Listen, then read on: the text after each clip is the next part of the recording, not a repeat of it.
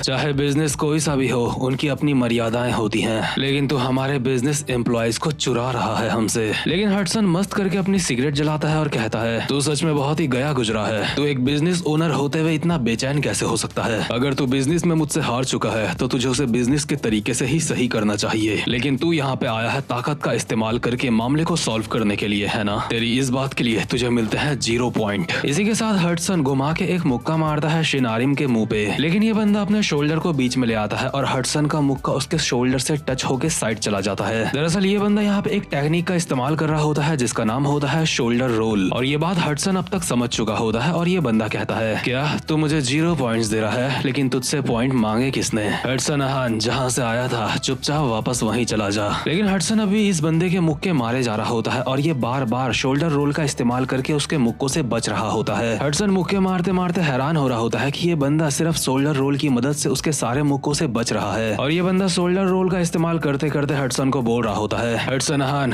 तेरे मुक्के काफी ज्यादा पावरफुल हैं, लेकिन मुझे हराने के लिए इतना काफी नहीं है। इसी के साथ ये बंदा हडसन के ऊपर जैब अटैक की बारिश कर देता है, जो कि हडसन के इतने फास्ट पड़े होते हैं कि हडसन ने उसके अटैक ठीक से देखे भी नहीं होते। हडसन के मुंह से भी खून निकलने लगता है और वो पीछे की तरफ हो चुका होता है, और ये बंदा एक स्माइल के साथ कहता है, तुम जितने भी लोग शियोल से यहाँ पे आए हो तो उनमें से सबसे ज्यादा ताकतवर है ना? इस बंदे के मुक्के अभी लगातार हडसन के ऊपर पड़ रहे होते हैं और हडसन को अपने सामने से बहुत सारे मुक्के आते हुए दिख रहे होते हैं, क्योंकि इसके मुक्के होते काफी ज्यादा फास्ट हैं। लेकिन हडसन उसके बावजूद भी एक और मुक्का मारता है इसके ऊपर, लेकिन ये बंदा दोबारा से शोल्डर रोल का इस्तेमाल करके उस मुक्के से बच जाता है। दरअसल हडसन सोच रहा होता है कि वो बस सिर्फ एक मुक्का इसके ढंग से मार दे तो इसका काम खत्म हो जाएगा, लेकिन इस बंदे के शोल्डर रोल की वजह से हडसन इसके ऊपर एक भी ठीक से मुक्का नहीं मार पा रहा होता। बट सबसे ज्यादा फनी बात तो मुझे इस बंदे की ये लगी है कि इसको लगता है शियोल से यहाँ पे जितने बंदे आए हैं उनमें से सबसे ज्यादा ताकतवर हडसन है। तो खैर ये बंदा हडसन के लगातार मुक्के मारे जा रहा होता है और कहता है, मैं तुझे बता चुका हूँ तेरे मुक्के मेरे ऊपर काम नहीं करेंगे। सीरियसली मुझे तो तेरे दोस्तों की चिंता हो रही है, वो सारे जरूर तेरे ऊपर भरोसा करके यहाँ पे आए होंगे, लेकिन भला उनका कैप्टन ही इतना ज्यादा कमजोर कैसे हो सकता है? शिनारिम ने हडसन के मुंह पे मुक्के बजा बजा के उसको दीवार पे चिपका दिया होता है। इतने में ही जैक पीछे से चिल्लाता है, हडसन क्या तू ठीक है? बट इतने में ही शिनारिम के साथ का बंदा जो कि एक हेड होता है, ये घुमा के एक स्पिनिंग किक मारता है जैक के ऊपर और कहता है, गधे अपना मुंह बंद कर, तू हडसन का चेला है ना, इसलिए चुप रह, उन लोगों के ऊपर ध्यान मत दे क्योंकि तेरे साथ अब मैं खेलूंगा। लेकिन जैक ने इस बंदे की किक को अपने एक हाथ से रोक लिया होता है और कहता है, क्या इस तरीके की किक?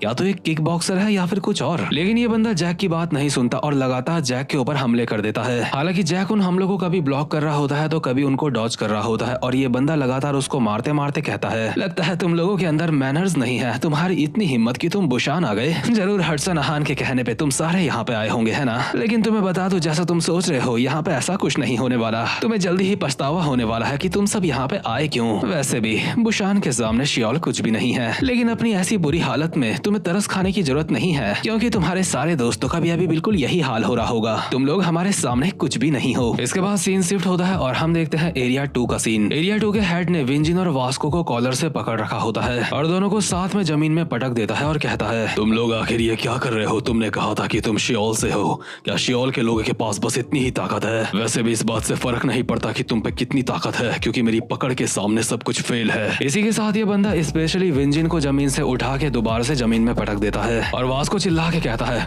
विंजिन। लेकिन एरिया 2 का हेड भागता हुआ वास्को के पास आता है और कहता है, तो तेरे दोस्त का नाम विंजिन है, हाँ, लेकिन मरे हुए लोग आवाज नहीं देते हैं। यानी कि ये बंदा इनडायरेक्टली ये कह रहा है कि विंजिन इसके वार से मर चुका है और अब वो उठने नहीं वाला। इसके बाद हम देखते हैं एरिया 3 का सीन, जहाँ पे तीसरे हेड के साथ एली जैंग की फाइट चल रही होती है। तीसरा हेड अपने नोकीले पंजों से एली के ऊपर बार बार हमले करे जा रहा होता है। एली को इन हमलों को डॉज करता हुआ देख के तीसरे नंबर का हेड कहता है, अरे वाह, तूने मेरे हमलों को डॉज कर लिया। आखिर तू है क्या तू एक गिलहरी है? तुझे देख के ऐसा लगता है तू काफी ज्यादा फास्ट है। Not bad not bad. वैसे भी मजा तो तभी आता है जब तुम धीरे धीरे करके किसी को फाड़ते हो। इसी के साथ इस बंदे ने अपने हाथों से एली के ऊपर के कपड़ों को अपने पंजों से फाड़ दिया होता है और स्टाइल में अपने नुकीले पंजे दिखाते हुए कहता है, ये कमाल का था, है ना? जरूर तू ऐसा कुछ अपनी जिंदगी में पहली बार देख रहा होगा। मैंने सही कहा है ना? तुझे पता है इसी को असली जंगली पनाह कहते हैं। तो जैसे शॉल के ढक्कनों को अगर मैं जंगली पने के बारे में समझाऊंगा भी तो भी वो समझने नहीं वाले हैं। इन फाइटिंग टेक्निक्स को इस्तेमाल करने के लिए मुझे बहुत सारे महीने लग चुके हैं। मैं इन्हें काफी समय से प्रैक्टिस कर रहा हूँ। ये ऐसी टेक्निक्स है जिनको तू कॉपी करने के बारे में सोच भी नहीं सकता, क्योंकि ये टेक्निक्स उस लेवल की है जहाँ पे जीनियसिस राज करते हैं। इस बंदे ने दोबारा से अपने पंजों से एली के ऊपर हमले कर दिए होते हैं। हालांकि एली अपने दोनों डंडों से इसके पंजों से बचने की कोशिश कर रहा होता है, बट अचानक से ये बंदा एली के ऊपर अपने पंजों से दोबारा से अलग तरीके से अटैक करके उसके दोनों डंडे हवा पे उड़ा देता है और बहुत ही स्पीड में एली के मुंह पे हमला करने के लिए आता है और कहता है, आज तुम लोग यहाँ पे मरने वाले हो क्योंकि तुमने हमारे बिजनेस में टांग अड़ाने की कोशिश करी है। Well then, goodbye. इससे पहले कि इस बंदे के पंजे एली के गले को चीरते ये सीन शिफ्ट होता है। हम देखते हैं डैनियल एरिया 4 में चौथे हेड से फाइट कर रहा होता है। डैनियल लगातार इस बंदे के ऊपर हमले करे जा रहा होता है, लेकिन ये सारे के सारे हमलों से बहुत ही आराम से बच रहा होता है और कहता है, अरे यार मैं इतना बोर हो रहा हूँ कि मैं मर ही जाऊंगा। चल भाई कम ऑन,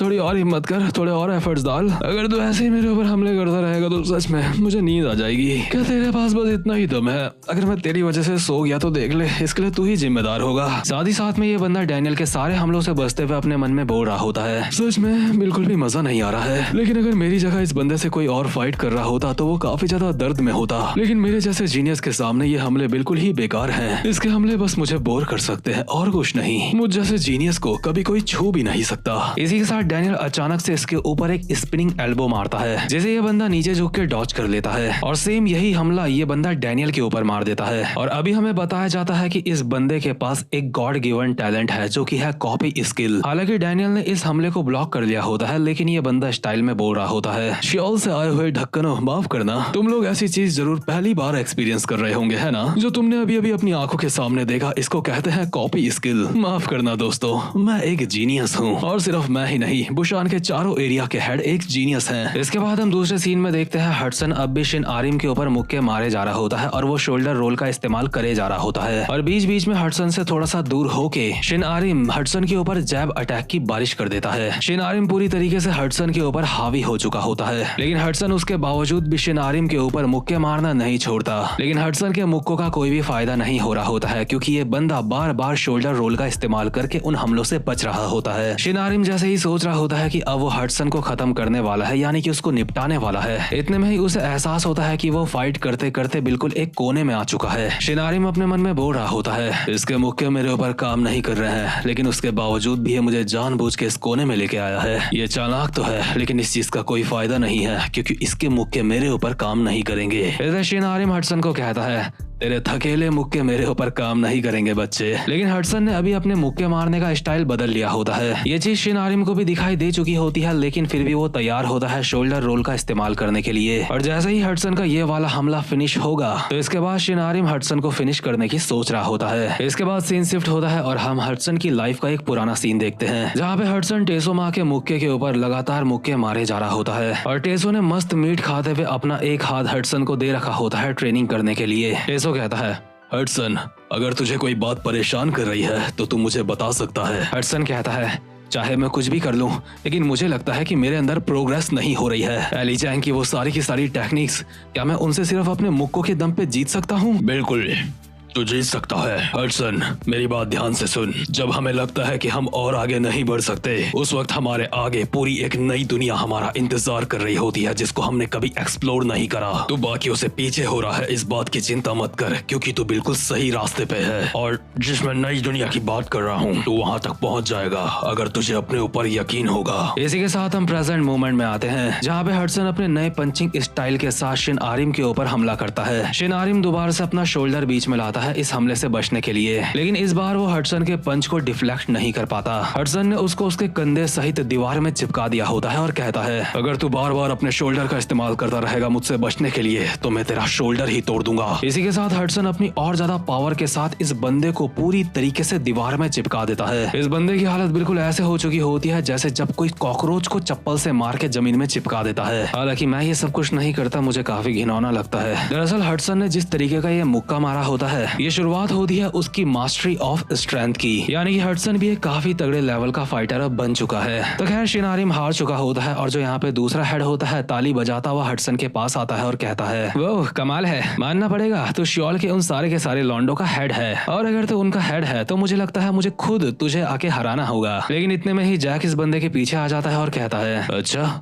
और मेरा क्या होगा फिर? ये बंदा हल्का सा हैरान तो होता है, लेकिन अचानक से पीछे मुड़ के एक स्माइल के साथ कहता है, अरे छोटे कीड़े, मैंने तुझे कहा ना साइड हो जा। मैं तेरी शक्ल देख के ही बता सकता हूँ, अपने सारे दोस्तों में तू सबसे ज्यादा कमजोर होगा। मैं तेरे अभी कैप्टन के साथ खेलने के मूड में हूँ, इसलिए साइड रहे। इसी के साथ ये बंदा अचानक से उछल के जैक के ऊपर एक लात मारता है, लेकिन जैक नीचे झुक के उस लात से बच जाता है। इससे पहले कि ये बंदा ठीक से हैरान ही हो पाता कि जैक इसके हमले से कैसे बचा, जैक घुमा के इसकी रिब्स में एक खतरनाक सा मुक्का मार देता है, जिस वजह से इस बंदे का सिस्टम हैंग हो चुका होता है। और जैक इसको कहता है, अरे सॉरी यार, मुझे अपनी ताकत पे थोड़ा सा कंट्रोल रखना चाहिए था, लेकिन मुझे लगता है तुम लोगों को कुछ गलत फहमी हो चुकी है। तुम्हें लगता है हम अब तक सीरियस थे, लेकिन अब तक तो हमने शुरुआत ही नहीं करी है। इसके बाद हम एरिया 2 का सीन देखते हैं, जहाँ पे दूसरे नंबर का हेड वास्को के पास भागता हुआ जा रहा होता है उसको मारने के लिए। और वास्को जब विंजिन को आवाज मारता है तो ये बंदा कहता है कि मरे हुए लोग जवाब नहीं देते, लेकिन वास्को इस बंदे को वापसी में जवाब देते हुए कहता है, मुझे उसे रोकने की जरूरत होगी, नहीं तो वो तुझे जान से मार देगा। यानी कि अभी वास्को को विंजिन की नहीं बल्कि इस बंदे की चिंता हो रही होती है। और ये बंदा जैसे ही वास्को के पास भागता हुआ आ रहा होता है,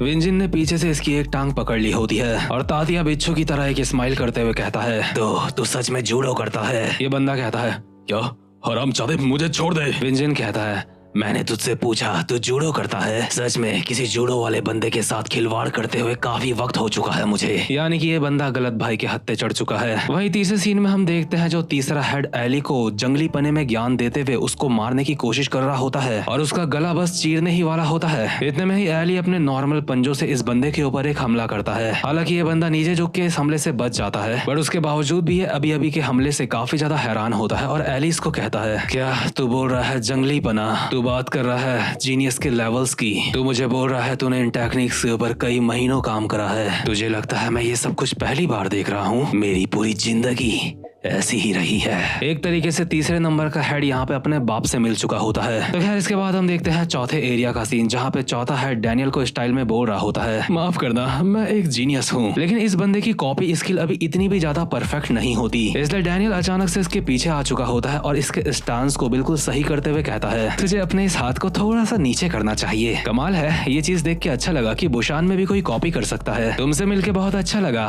मैं भी कॉपी कर सकता हूँ। और ये चीज सुन के इस बंदे की फट के हाथ में आ चुकी होती है। माफ करना मैं ऐसे शब्दों का इस्तेमाल कर रहा हूँ, लेकिन ये सीन की रिक्वायरमेंट है। मतलब तुम देखो अभी डैनियल के पीछे हमें काफी सारे बंदों की स्पिरिट्स दिखाई दे रही हैं और इस बात का मतलब मुझे ये समझ आता है कि डैनियल के पास जितनी भी टेक्निक्स हैं जैसे कि कॉपी स्किल, इस सब की एक बहुत बड़ी लंबी हिस्ट्री है और डैनियल उस चीज का एक मेन हिस्सा है। मतलब कि एरिया 4 का हेड उस बंदे से चौड़ा होने की कोशिश कर रहा था जो पूरे के पूरे पीटीजे यूनिवर्स में सबका बाप है। देखो मैं ये नहीं कह रहा कि डैनियल अभी सिंगल में सारे पीटीजे वाले यूनिवर्स के बंदों को हरा सकता है, बट ये बंदा अगर अपनी ट्रू पोटेंशियल में आ जाए तो मुझे लगता है कि इसके सामने कोई नहीं टिक पाएगा। लेकिन अभी ये नंबर 1 पे नहीं है। तो खैर गाइस, इसी के साथ आज की वीडियो यहीं पे खत्म होती है। लेकिन अभी